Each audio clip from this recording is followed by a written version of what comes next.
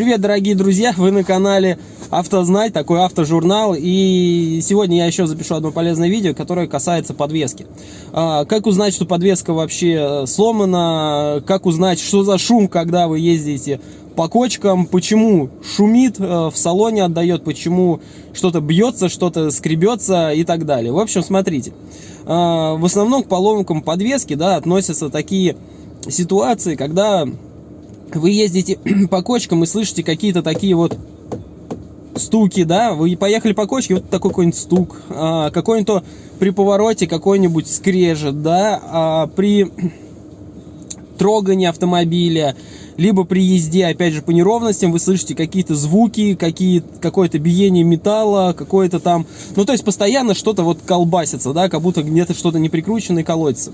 Ну, в 95% случаев, почему я говорю в 90% случаев, скорее всего, это подвеска, потому что, как бы, ну, можно посмотреть, что это поддон картера где-нибудь там открутился, загнулся, что-нибудь с ним не так, может быть, там глушак где-то отвалился, там еще об чего-то стучит, ну, в общем, какие-то мелочи, да, могут стучать.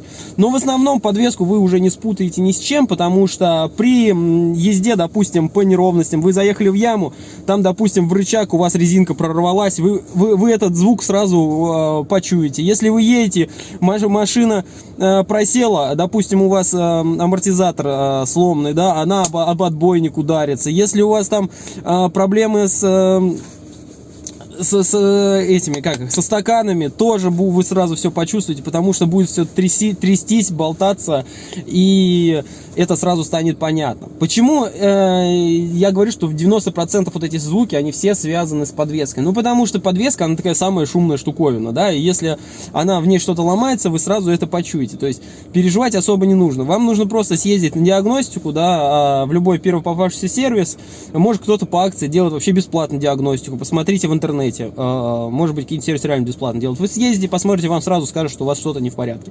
Либо, если вы сами разбираетесь, да, можете попинать свое колесо, посмотреть, как оно себя чувствует. Можете попросить друга попинать ваше колесо, пока вы там руль крутите.